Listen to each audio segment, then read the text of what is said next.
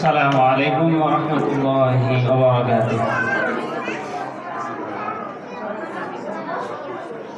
কালিমুল মিল্লাত মাদ্রাসা আজ মা সমাবেশে আপনারা যারা আমার মায়েরা বোনেরা সকাল থেকে নিয়ে এই পর্যন্ত অনুষ্ঠানে অংশগ্রহণ করে আপনারা কি ক্লান্ত হয়ে গেছেন?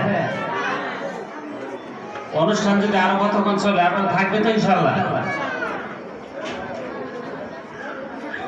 ইন্নাল হামদুলিল্লাহ ওয়াস সালাতু ওয়াস সালামু আলা রাসূলিল্লাহ আম্মা বা'দ।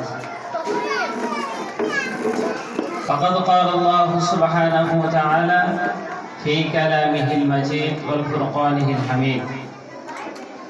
أعوذ بالله من الشيطان الرجيم. بسم الله الرحمن الرحيم. وقضى ربك ألا تعبدوا إلا إياه وبالوالدين إحسانا. وقال تعالى واعبدوا الله ولا تشركوا به شيئا.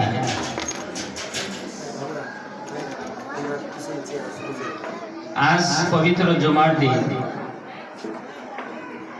আমরা তালিমুল মিল্লাত মাদ্রাসার আজকের এই মহাসমাবেশে উপস্থিত সম্মানিত ভাই পরিচালক, সম্মানিত শিক্ষক মন্ডলী, জ্ঞান পিপাসু ছাত্রছাত্রীবৃন্দ এবং আমার সামনে উপবিষ্ট আল্লাহ নবী যাদের পায়ের তলায় জান্নাতের বর্ণনা করেছেন সেই মায়েরা এবং বোনেরা, আমি আল্লাহ রাসূলের পক্ষ থেকে সবার উদ্দেশ্যে রাসূলের শিখানো ভাষায় শান্তির দোয়া চেয়ে আমি আমার বক্তব্য শুরু করতে চাই। আসসালামু আলাইকুম ওয়া রাহমাতুল্লাহি ওয়া বারাকাতুহু। মহান মাহবুবের দরবারে, আলিশান দরবারে আমরা শুকরিয়া আদায় করছি যার অশেষ মেহেরবানিতে আশেপাশে অনেক প্রতিষ্ঠান থাকার পরেও আমরা আমাদের সন্তানদেরকে একটি মডেল, আদর্শ, নৈতিক, চরিত্রবান, মান মর্যাদা সম্পন্ন সন্তান হিসাবে গড়ে তুলতে আমরা এই মাদ্রাসায় সন্তানদেরকে দিয়েছি। এই মাদ্রাসার সাথে আমাদের অন্তরের সম্পর্ক রয়েছে, আত্মার গভীর সম্পর্ক রয়েছে। সেই দিক থেকে আমরা আল্লাহ তাআলার দরবারে শুকরিয়া আদায় করি যে আল্লাহ তাআলা আমাদের পছন্দ নির্ধারণ করতে পেরেছেন, আমরা নির্ধারণ করতে পেরেছি আমাদের পছন্দ, আমাদের রুচি। সেই মাহবুবের দরবারে শুকরিয়া আদায় করছি, আলহামদুলিল্লাহ। দরুদ সালাম মানবতার মুক্তির দিশারি সাইয়্যিদুল মুরসালিন রাহমাতাল লিল আলামিন বিশ্ব নবী জনাবে মুহাম্মদ রাসূলুল্লাহ সাল্লাল্লাহু আলাইহি ওয়াসাল্লামের প্রতি। সম্মানিত উপস্থিতি, আমার মা এবং বোনেরা, মা কথাটি অত্যন্ত ছোট। পৃথিবীতে যত কথা আছে, যত শব্দ আছে, এই শব্দগুলি বোঝাতে যায় যত ছোট্ট শব্দ এবং ক্ষুদ্র, যার অর্থ বিশাল, সেই শব্দগুলির মধ্যে, অর্থগুলির মধ্যে, বর্ণগুলির মধ্যে একটি অক্ষর হলো মা। মায়েদের অবস্থা, তাদের সম্মান, ইজ্জত যখন ছিল না, আল্লাহ রাসূল তাদেরকে অসম্মান থেকে তাদের সম্মানের আসরে বসিয়েছেন। যেই যুগে তাদের কোনো সম্মান ছিল না, আল্লাহ নবী তাদেরকে টেনে তুলে বলছেন মায়ের পদতলে সন্তানের বেহেশত। আজকে মা সমাবেশে আমি আপনাদেরকে মোবারকবাদ জানাচ্ছি, ধন্যবাদ জানাচ্ছি যে আমিও তাদেরকে মোবারকবাদ জানাই যারা এত বিশাল একটি প্রোগ্রামের অনুষ্ঠানে আমার মতো নগণ্য একজন ছোট্ট মানুষকে প্রধান অতিথির সম্মান আসনে বসিয়ে সম্মানিত করেছেন, অলঙ্কৃত করেছেন। আজকের প্রোগ্রাম আল্লাহ তাআলা যেন কাল কিয়ামতের ময়দানে আমাদের সকলের জন্য নাজাতের জরিয়া বানায়, আমিন। সম্মানিত হাজিরিন, পিতামাতা এবং সন্তান এই দুইটা দিক, একটা হলো পিতামাতা, আরেকটা হলো সন্তান।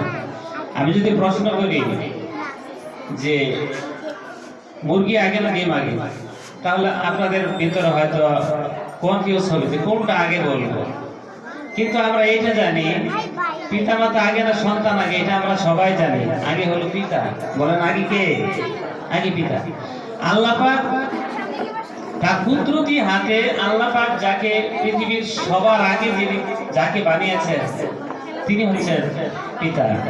আমাদের আদি পিতা হযরত আদম আলাইহিস সালাম। আদম আলাইহিস সালামের জন্য আল্লাহ পাক হাওয়া আলাইহিস সালামকে সৃষ্টি করলেন। তারপরে পর্যায়ক্রমে আমরা এই পর্যন্ত এসেছি। এখানে আমরা মা হয়েছি, কেউ আমরা বাবা হয়েছি। সুতরাং আমি যে কথাটি বলতে চাচ্ছি সেটা হলো, সম্মানের দিক থেকে সন্তানের আগে মায়ের ভূমিকা, বাবার ভূমিকা অনেক বেশি। আমি আপনাদের সামনে অত্যন্ত ছোট্ট পরিসরে কয়েকটি কথা বলবো। আসলে আমি প্রথমেই দুঃখ প্রকাশ করছি যে আমার ফজরের নামাজের পর থেকে একটানা 9টা 20 পর্যন্ত আমাদের প্রোগ্রাম ছিল। আমি প্রোগ্রাম থেকে এসে শুধু কাপড়টা চেঞ্জ করেছি, আর কিছু করতে পারিনি, চলে এসেছি। আপনাদের ভালোবাসায় উপস্থিত হতে পেরেছি। তো যাই হোক, মহান আল্লাহ তাআলা কবুল করুক। আমি বলতে চাচ্ছি যে যারা আমরা মা হয়েছি, এখানে আমরা যারা আছি, আমরা যারা বাহিরে আছি, যারা আমাদের সন্তানকে স্কুলে পড়ায়, মাদ্রাসা পড়ায়, প্রতিষ্ঠানে পড়ায়, মক্তবে পড়ায়, আমরা মায়ের জাতি, আমরা বাবার জাতি, আমরা সবাই চাই আমাদের সন্তান আদর্শবান হোক। চাই কি না? আমাদের সন্তান কারি আকরাই হানের মতো হোক, নাজমুল সাকিবের মতো হোক, মিজানুর রহমান আজহারের মতো হোক, আল্লামা সাইদির মতো হোক। আমরা চাই না? চাই। আমরা সবাই চাই। এটা আমাদের চাওয়া। আমাদের গর্ব করে বলতে পারবো যে আমার সন্তানটা এত চরিত্রবান, আমার সন্তানটা এত দিনদার, নামাজি, মুত্তাকি। সন্তান দেখে যেন মানুষ বলে যুবকের সন্তান রাস্তা দিয়ে যাচ্ছে, দেখো কত নম্র ভদ্র, কত আচার আচরণ, কত সুন্দর। এটা আমরা সবাই চাই।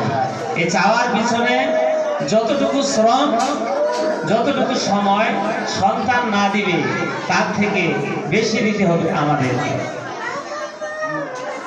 আমরা শুনেছি এই ঘটনা যে মায়ের কান্না, বাবার কান্না, মায়ের পরিশ্রম, বাবার পরিশ্রম, মায়ের দোয়া করা, বাবার দোয়া করা, চেষ্টা সাধনার মাধ্যমে একটি সন্তান পৃথিবীতে প্রতিষ্ঠিত হয়। আমরা যারা মা বসে আছি, আমরা 10 ঘরের 10 মা, 10 জনের মন মেজাজ একরকম না, 10 রকম হয়। কিন্তু আমার সন্তানের জন্য আমার মন মেজাজ, আমার ভারসাম্য, আমার জ্ঞান, প্রজ্ঞা, হিকমা, বুদ্ধি, বিবেক অনুযায়ী আমার সন্তানকে আমাকেই গড়তে হবে। কথা ঠিক কিনা বলেন? সেক্ষেত্রে আমার সন্তান অনেক সময় সে রাগ করতে পারে, অভিমান করতে পারে, গুসা করতে পারে, পড়তে পড়তে ক্লান্ত হয়ে আমার উপর অভিমান করতে পারে। এখন আমার দায়িত্ব কি? আমার দায়িত্ব হলো আমার সন্তানকে হাত দিয়ে তার শরীর বুলিয়ে, মাথা বুলিয়ে, আদর করে, যত্ন করে, গালে মুখে চুমু খেয়ে, কলিজার টুকরা, নয়নের পুতুলি, আদরের সন্তান, আমার আব্বু, আমার আম্মু বলে সম্বোধন করে বুকে জড়িয়ে তাদেরকে যখন আমি উপদেশ দিব, সেই উপদেশগুলি আমার সন্তানের কাজে লাগবে।